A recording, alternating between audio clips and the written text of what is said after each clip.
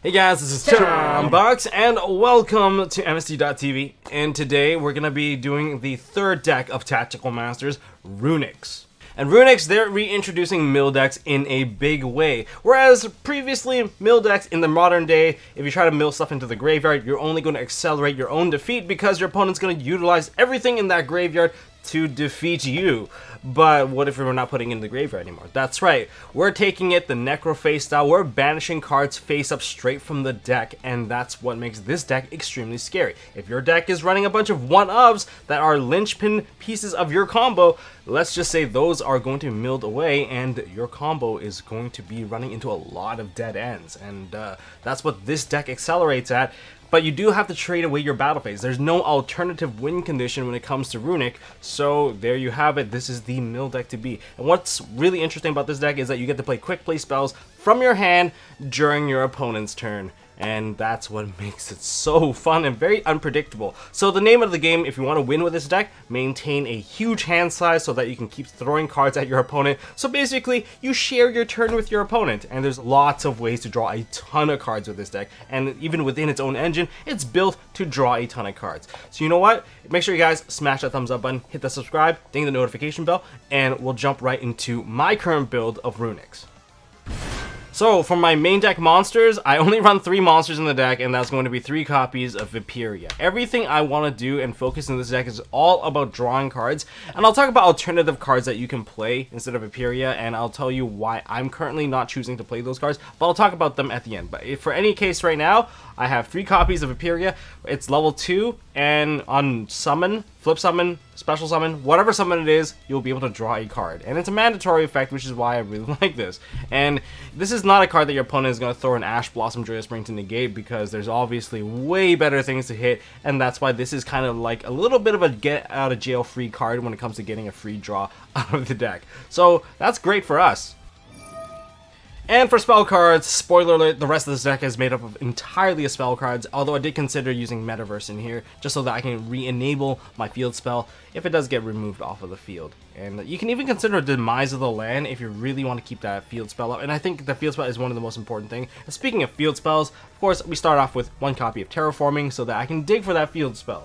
And then I have triple copies of the field spell, Runick Fountain. This card is the bread and butter of the entire deck because it enables you to play your Runick quick play spells during your opponent's turn, so you can share your turn with your opponent. Who doesn't want to share your turn with your opponent, except for your opponent, because they definitely don't want you to activate all those cards to prevent them from being able to play Yu-Gi-Oh! So that's why this card is really good. That's one of the key factors, but the second key factor is this is also your draw engine. You're able to draw 3 cards during your opponent's turn, 3 cards during your turn, and keep your hand size loaded. The name of the game is to keep your hand size full so that you can keep throwing at cards at your opponent so that they can't play Yu-Gi-Oh! And as you activate your quick play spells, your opponent's deck will slowly thin down and dwindle to, well, nothing. That's the whole point. You want them to have nothing at the end, and you want them to draw a card when they have no cards left in their deck, because that's how you win. So how do you do it? How do you get the 3-card draw? Well, whenever you activate a Runick quick play spell, then that has a trigger-like effect, and if you want to activate the effect, you get to target up to 3 Runick quick play spells in your graveyard, place them to the bottom of the deck, and draw up to that many cards that you have added to the bottom of your deck. So that's why it's really important, and because you can do this during your opponent's turn and during your own turn, you're supposed to be able to get maybe a 6-card exchange over the course of your own turn and your opponent's turn, so that's why this card is super important.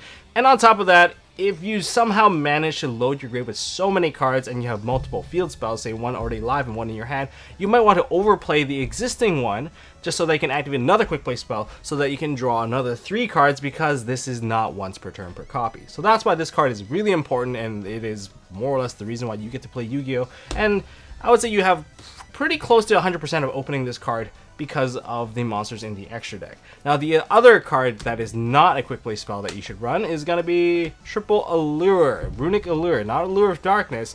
This one, every time a quick play spell is activated, well, you get to banish the top card out of your opponent's deck. It's whether your card or your opponent's card, it doesn't really matter as long as it's a quick play spell. If they play Emergency Teleport, they banish the top card out of their deck. You play like a Call by the Grave, that's going to banish something. Super Poly, branded in red, things are going to get banished as long as this card remains face up. But there is one condition though. You can only control 1 copy of this. Now for the quick play spells, we have starting off with the triple Runick tip. This is a search all because it searches for any of your Runick cards, but let me get into the details of just the Runick quick play spells in general. All of them basically have the activate one of these effects. So you have two effects attached to them, primary effect and the secondary effect, as I like to call them.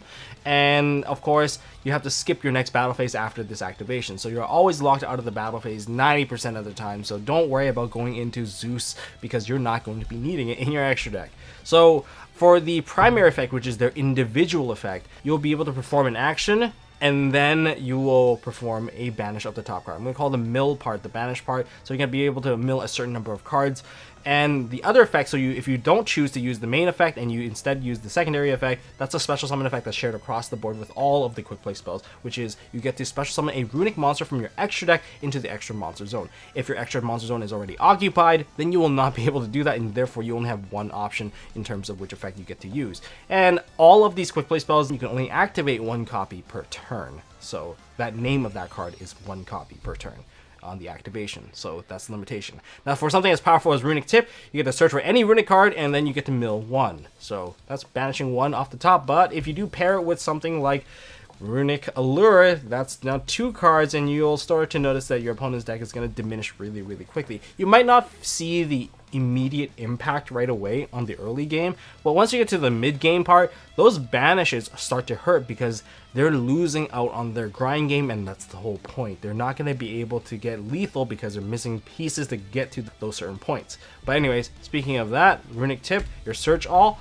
Now for some disruption against your opponent, we're going to start with some monster removal. That's right, this deck has built-in monster removal through Flashing Fire. Target a special summon monster opponent control, destroy it, and then mill two. So banish top two off of their deck. That's it. And because it's such a powerful effect, the more impact it has on the game state of the field, likely it has less cards that they are going to be banishing off the top of the deck. The less impact, the more cards that you're going to hit out of the deck. And speaking of negation of monsters, okay, we're going to go into Freezing Curses. So Freezing Curses is another very powerful card because this is essentially your version of an Effect Veiler or Infinite Impermanence. Target effect monster your opponent controls, negate its effect until the end of the turn, and then banish the top 3 cards of your opponent's deck. If you pair with Runick Allure, now there's 4 cards, that's like 10% out of a 40 card deck. That's pretty rough. Next, we are going into Spell Trap Removal. We have Triple Runick Destruction. Now, there's a lot of decks that don't run a lot of serious back row. A lot of decks do run spell and trap cards, and you can chain to destroy those cards, strictly using this card as a form of banishing cards out of their deck. But on top of that, like decks, they run stuff like Emergency Teleport, they're going to run stuff like Pot of Prosperity. This is an option for you to use this to mill out your opponent's deck. And on top of that, you can also use the secondary effect, strictly using this as an option to summon so that you can keep the more useful monster-based disruption in your hand. So you have to gauge which cards that you want to keep based off of what kind of matchup you have. And a lot of people would use cards like Anti-Spell Fragrance, so this is a chainable card to Anti-Spell Fragrance for you, which works out in your favor too. And then we have some cards that are a bit more defensive. This is mainly used as protection. So this is Runick Slumber. You can target one of the monsters that are face up on the field, and the next time it would be destroyed by battle or card effect. It is not destroyed. Also, if your opponent only has one really big monster that wants to hit you, well, that monster cannot attack. So whatever that you're using for the protection, this is also protection and attack prevention at the same time. And if you do successfully resolve the effect, banish the top 3 cards of your opponent's deck. Wow, so this is great. You can protect your own cards and banish your opponent's cards. So if you load your hand with a ton of these cards, it's fantastic. Now we're going to go into some cards that are a little bit more specific. So we have Runick Dispelling. I'm only playing 2 copies of this because aside from like the summoning effect, this one does require a bit more of a condition to activate because it does require your opponent to add a card from the deck to their hand, except during the draw phase, and then randomly discard a card from their hand and banish the top 2 cards. So this is only hitting 2 cards, but if this is a simplified game state, this is a card that would probably change the game completely. But again, it does cause a random discard, and if your opponent does play with the graveyard, I'm not a big fan of letting my opponent activate stuff in their graveyard. So that's why I minimized that one down. Another one that I minimized down, which this one is a card that only has to be honest, just like really one effect here. So yeah, this card is just strictly there to cause some damage to your opponent's deck, but it is one of the cards that can mill additional numbers of cards based off of the amount of cards your opponent controls. Alright, then we have Runick Golden Droplets. This is a very important card. Although it looks kind of weird at first because this one provides your opponent with a 1-card draw, and then they banish the top 4 cards out of their deck. That's a lot of cards. You're going 5 cards deep into your opponent's deck, even without Runick Allure. 6 cards with the Runick Allure, that's crazy. I mean, for a 60 card deck, that's 10% of their decks. So this card is pretty important, but the key thing here is this is a key finisher, and if you have it early, it's not that bad either because it does provide you with the summon if you don't want to give your opponent the draw. So this is an option to kind of load your graveyard as well as set up your own side of the field.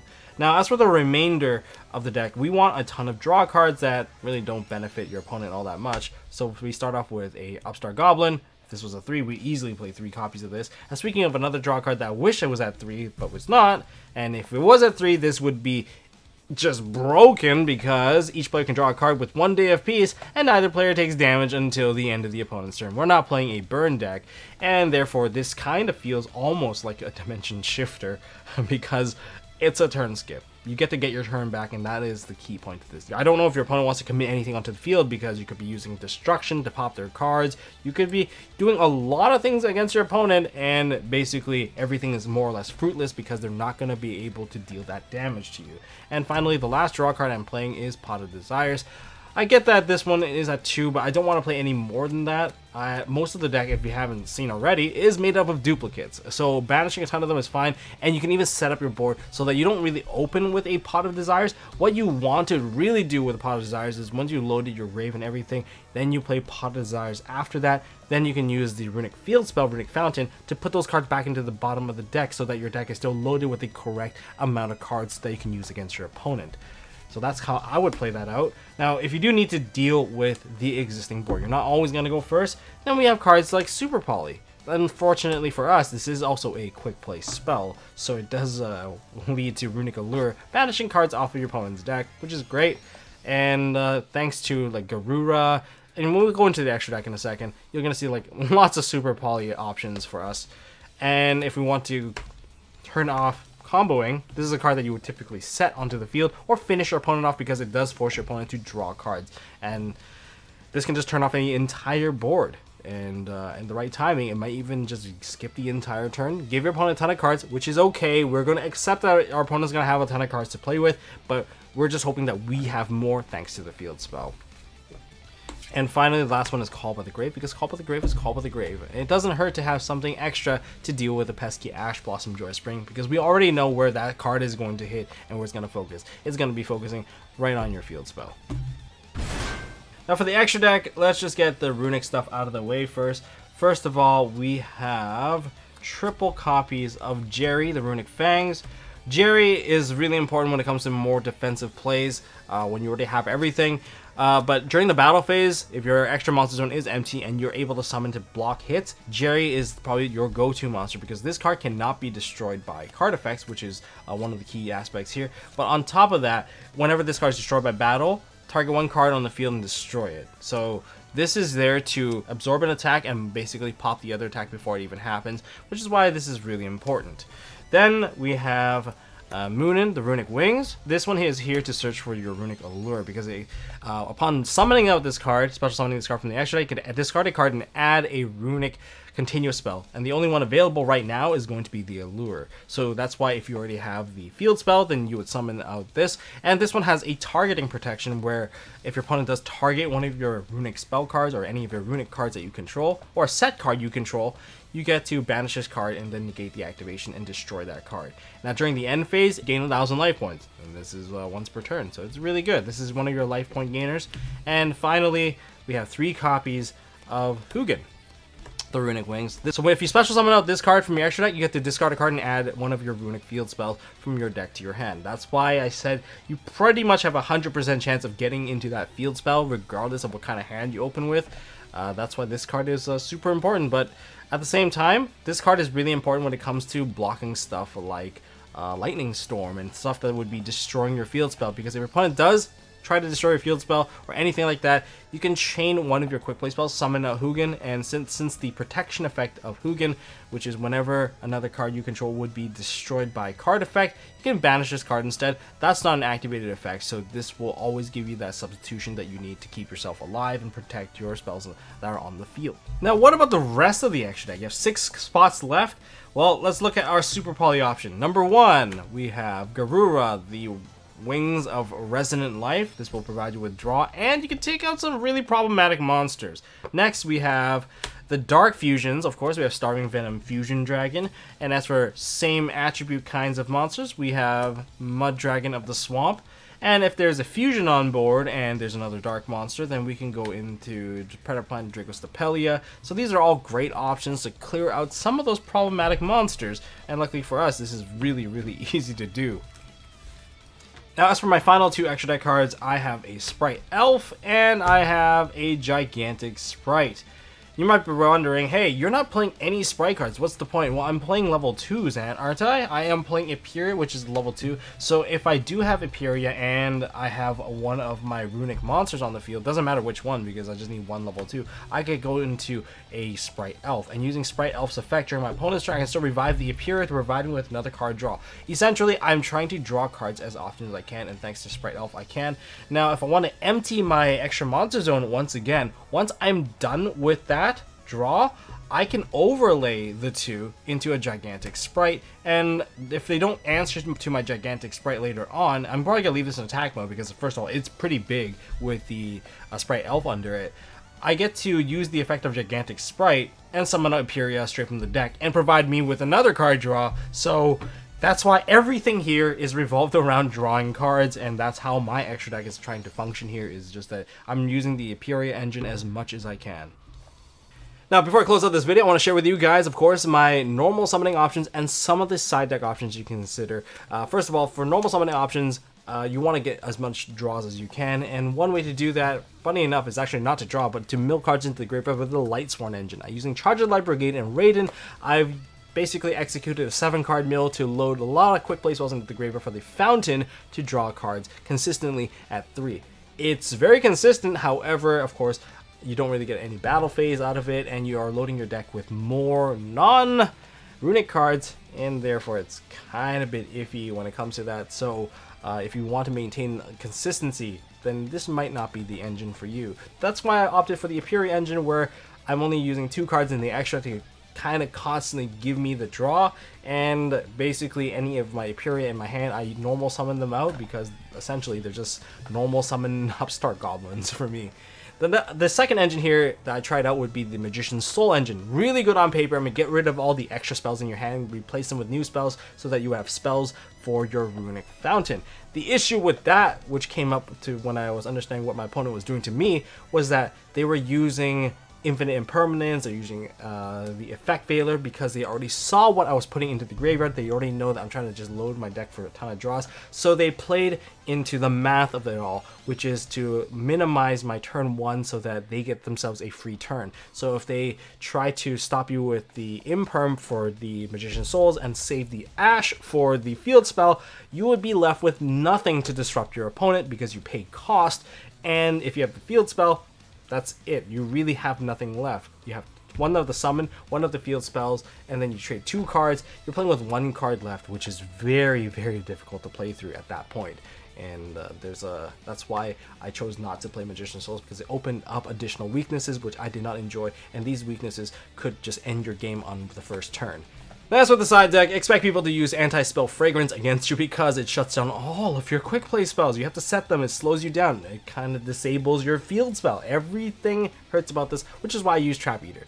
Because if you want to stop people from using Anti-Spell against you, Trap Eater, being a non-spell card, will easily give you that out, and it doesn't even have an activation. It just gets rid of the card and you're good to go, and that's the whole purpose of it. And once you have that little timing window where you can activate all of your spell cards once again, that's where you get to be successful. So that's why I played that. As for the additional stuff to stop my opponent from being able to play, then I'm looking at more Super Polys. I am looking at more of the continuous trap cards in the nature of Summon Limit, there can be only one, anything that stuns out my opponent. you know, I will play that. But the only one that I'm not choosing to play is going to be Mystic Mind, because my opponent already has a lot of anti-spell related stuff. I don't think putting in a spell card that would lock my opponent out is going to do very much. So that's some of the considerations that you have. But that's all I got for this deck, guys. If you guys enjoyed this video, smash that thumbs up button. Really appreciate it. If you guys want to see more stuff from MST.TV, hit subscribe, ding that notification bell, and I will see you guys in the next one.